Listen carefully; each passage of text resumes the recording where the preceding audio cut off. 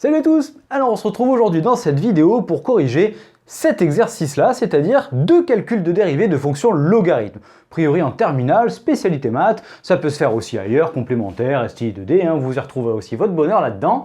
Et donc l'objectif est de calculer ces deux dérivées-là. C'est extrait de nos livrets qui sont sur notre site internet, donc une correction ici est proposée gratuitement.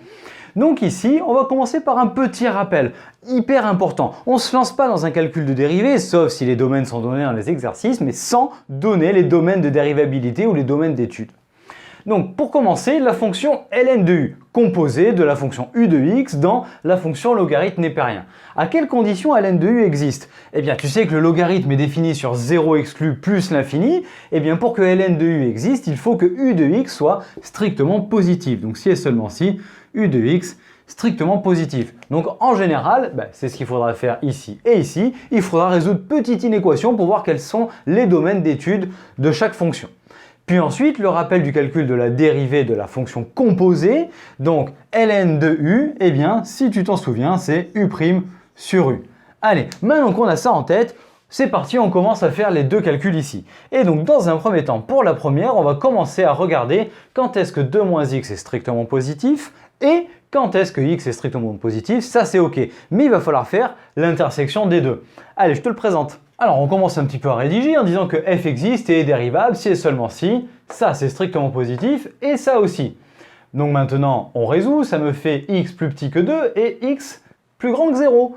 Donc soit tu l'as directement et tu vois que c'est entre 0 et 2, sinon ce que tu peux faire, c'est te mettre au brouillon ce petit truc là où tu assures à quoi est associé x plus petit que 2.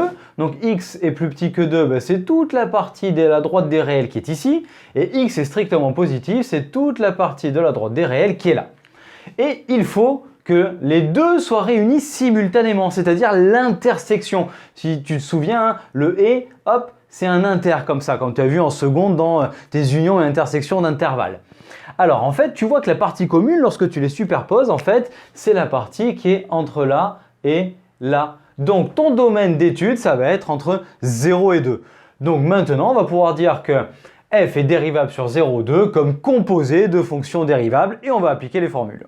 Donc petite phrase de rédaction qui fait toujours bien à mettre sur tes copies ou éventuellement au bac si ton professeur ne le veut pas sur les copies, mais ici, on le met.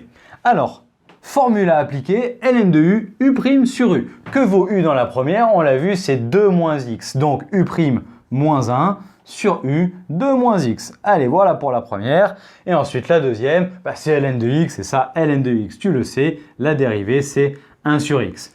Allez, déjà, on pourrait dire que là, tu as abouti. On va aller au bout de ce qu'on fait et on va réduire au même dénominateur. Donc voilà dans le détail la réduction au même dénominateur. Ici c'est x, ici c'est 2 moins x, obligé de les croiser. Donc la première on multiplie par x en haut en bas et la deuxième on multiplie par 2 moins x en haut en bas. Ce qui fait moins x plus 2 moins x sur x facteur de 2 moins x. Là, il n'y a plus qu'à simplifier. 2 moins x, 2 moins 2x, et tu factorises par 2 pour aller au bout. Tu es le plus simplifié possible. Si tu devais ensuite venir étudier cette fonction, là, c'est l'idéal puisque tout est factorisé, donc beaucoup plus facile à faire. Si tu veux, tu fais ça dans ton coin, avec ta calculatrice, tu la traces et tu regardes ce que tu as fait. C'est un bon moyen de s'entraîner. Allez, maintenant, celle-ci est faite, on passe à la deuxième, elle va être un peu plus rapide, on est directement à ln de u. Commençons par le domaine de définition. Donc cette fonction elle existe si 2x plus 5 est strictement positif, donc on résout 2x plus 5 strictement positif. 5 passe de l'autre côté, ça devient moins 5 et on divise par 2, moins 5 demi, donc elle est définie dérivable si x est plus grand que moins 5 demi. Ensuite, dérivée de la fonction composée, u' sur u.